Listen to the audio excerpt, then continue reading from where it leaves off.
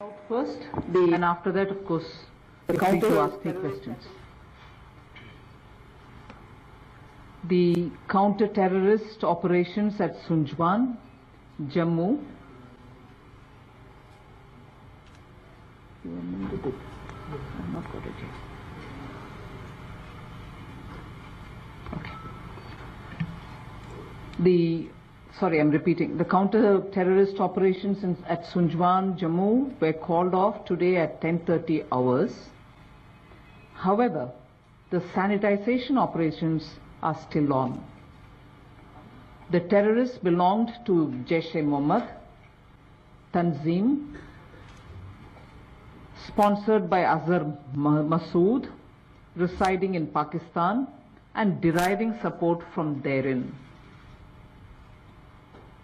The terrorists had chosen to attack a military station which housed both troops and families of the Indian Army. The cantonment is located on the outskirts of Jammu, approximately 30 kilometers from the international boundary, in a semi-urbanized environment with densely populated civilian localities adjacent to the cantonment's perimeter fence. The demography of the cantonment and adjoining area indicates the possibility of local support to the terrorists. An alert had been sounded on the likelihood of a terrorist attack around this period. Accordingly, quick reaction teams, the QRTs, were positioned in vulnerable areas. It was assessed that Pakistan-sponsored terrorists may target softer elements, hence a QRT was also positioned at the Sunjuwan family accommodation. The intrusion of the terrorists inside the cantonment was promptly detected by the sentry and challenged by the nearest available QRT, leading to a brief exchange of fire. This immediate action compelled the terrorists to split into single individuals, thereby preventing a coordinated strike. The scattered terrorists then rushed towards their pre-designated target of the family quarters and occupied some of the accommodation blocks. They were then isolated. Since the terrorists were dressed in battle fatigues and had similar appearance to their possible target victims, the operation had to be done deliberately to eliminate the possibility of any mistaken identity or collateral damage. The operations entailed a deliberate search of 26 blocks and safe evacuation of families from 189 flats, which was time-consuming and a challenging task.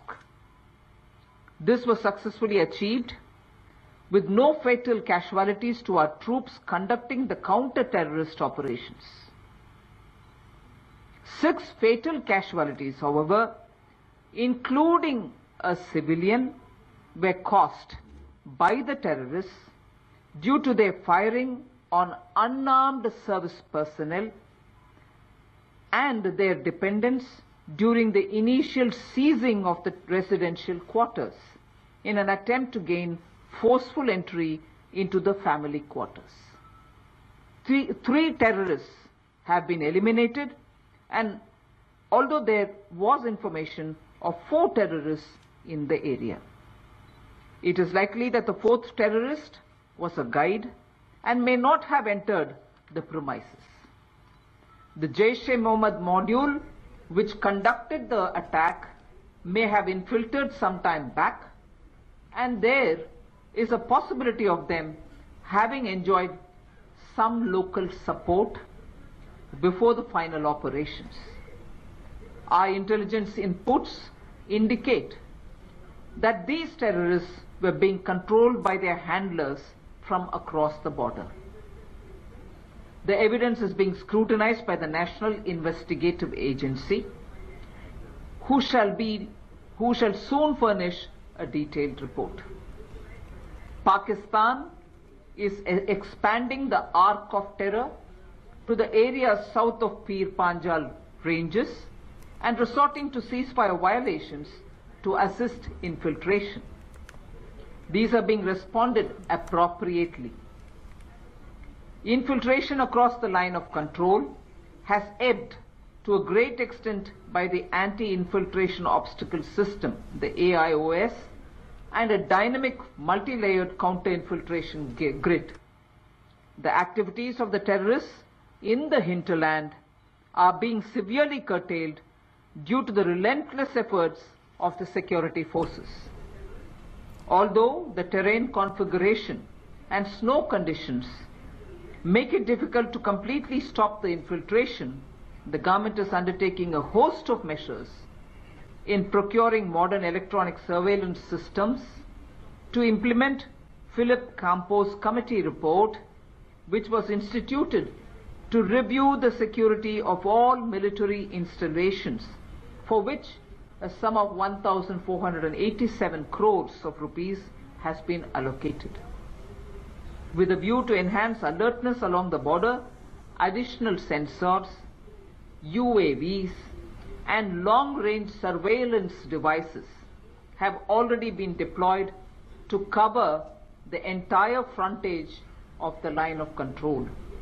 In the end, I wish to express my deepest condolences on loss of lives of our brave soldiers and their families during the dastardly attack of cowardice on our unarmed soldiers, and assure our nation that their sacrifice would not go in vain.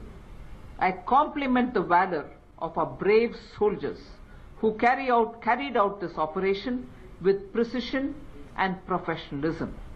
We will continue to thwart any attempt by Pakistan-sponsored terrorists to cause violence in our country, and necessary action to deal with them through our counter-terrorist strategy has already been put into action. Jai Hind.